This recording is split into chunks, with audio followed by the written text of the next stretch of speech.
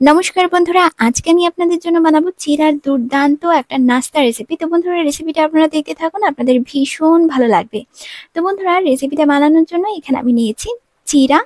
আর বন্ধুরা, সবসময় না এরকম লাল লাল চিড়াগুলো নেবেন, এই চিড়াটা বেশি ভালো হয়। এখন বন্ধুরা, এই চিড়াটা আমি পরিষ্কার করে ধুয়ে নেব। 2-3 বার পরিষ্কার করে ধুয়ে নেব, কারণ চিড়ার মধ্যে অনেক ময়লা থাকে। বন্ধুরা, চিড়াটাকে এরকম কচলে কচলে খুব ভালো মতো ধুয়ে নেবেন। দেখুন বন্ধুরা, চিড়াটা থেকে কত ময়লা বেরোচ্ছে। এই জলটা এখন আমি ফেলে দেব। বন্ধুরা, চিড়াটা আমি পরিষ্কার করে ধুয়ে নিয়েছি আর জলটাও ফেলে দিয়েছি। এরপর বন্ধুরা, কড়াইটা আমি বসিয়ে দিয়েছি। কড়াইটা খুব ভালো মতো গরম করে নেবেন বন্ধুরা। এখন আমি কড়াইতে দিয়ে দিচ্ছি সয়াবিন তেল। তেলটা বন্ধুরা অল্পই দেবেন আর তেলটাকে খুব ভালো মতো গরম করে নেবেন। বন্ধুরা, তেলটা আমাদের গরম হয়ে গেছে। এখন আমি অল্প একটু চীনা বাদাম ভেজে নেব। বাদামে আমি অল্প একটু লবণ দিয়ে দিলাম, তাতে করে বাদামগুলোতে লবণটা ঢুকবে, খেতে ভালো লাগবে। বাদামগুলো ভাজা হয়ে গেছে, বাদামগুলো আমি তুলে নিচ্ছি।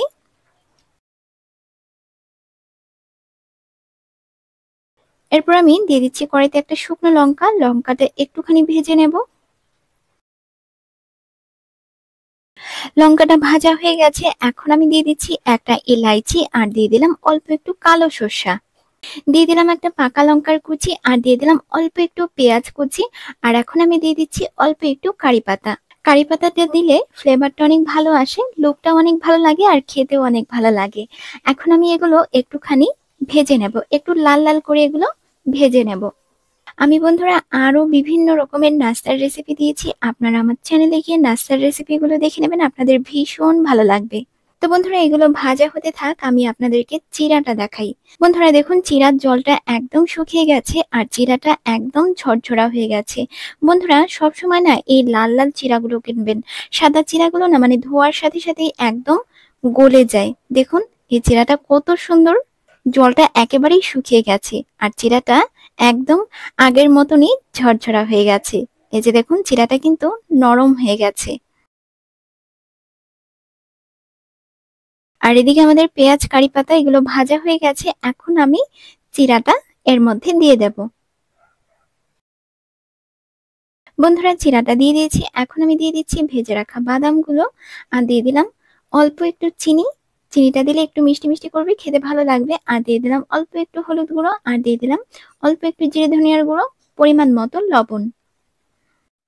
এখন আমি এটা ভালো করে নাড়াচাড়া করে নেব আর এটা বেশ কিছুক্ষণ ভেজে নেব।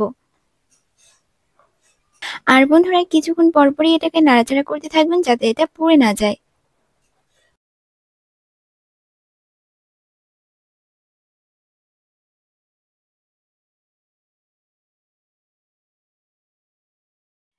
তো দেখুন বন্ধুরা, এটাকে আমি খুব ভালো মতো নাড়াচাড়া করে নিয়েছি।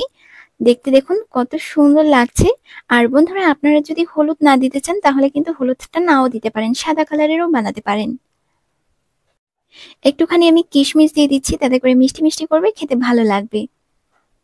আপনারা চাইলে এর মধ্যে কাজু বাদাম, আমন্ড বাদামও দিতে পারেন। বন্ধুরা, চিড়ার এই নাস্তাটা খেতে কিন্তু ভীষণ ভালো লাগে, অবশ্যই বাড়িতে একদিন ট্রাই করবেন। আর বানাতেও কিন্তু তেমন একটা সময় লাগে না।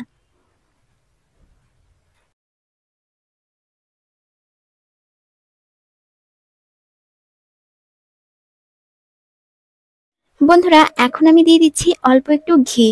ঘিটা দিলে গন্ধটা অনেক ভালো আসে আর খেতেও অনেক ভালো লাগে। তবে বন্ধুরা, আপনারা যদি ঘি খেতে পছন্দ না করেন তাহলে কিন্তু ঘিটা স্কিপ করতে পারেন।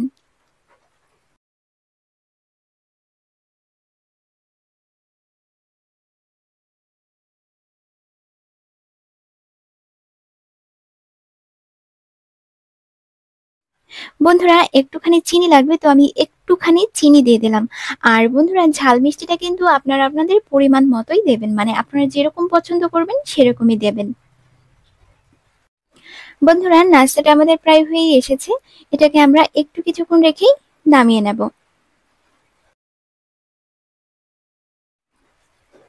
দেখুন বন্ধুরা, নাস্তাটা কত সুন্দর লাগছে দেখতে আর গন্ধটাও অনেক সুন্দর বেরিয়েছে।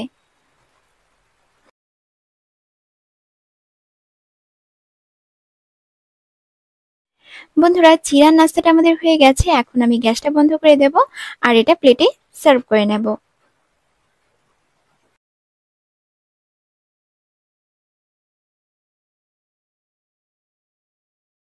বন্ধুরা, চিড়ার নাস্তাটা আমি প্লেটে সার্ভ করে নিয়েছি, আর দেখুন লুকটা কত সুন্দর লাগছে দেখতে, আর খেতেও অনেক ভালো লাগে। অবশ্যই বাড়িতে ট্রাই করবেন।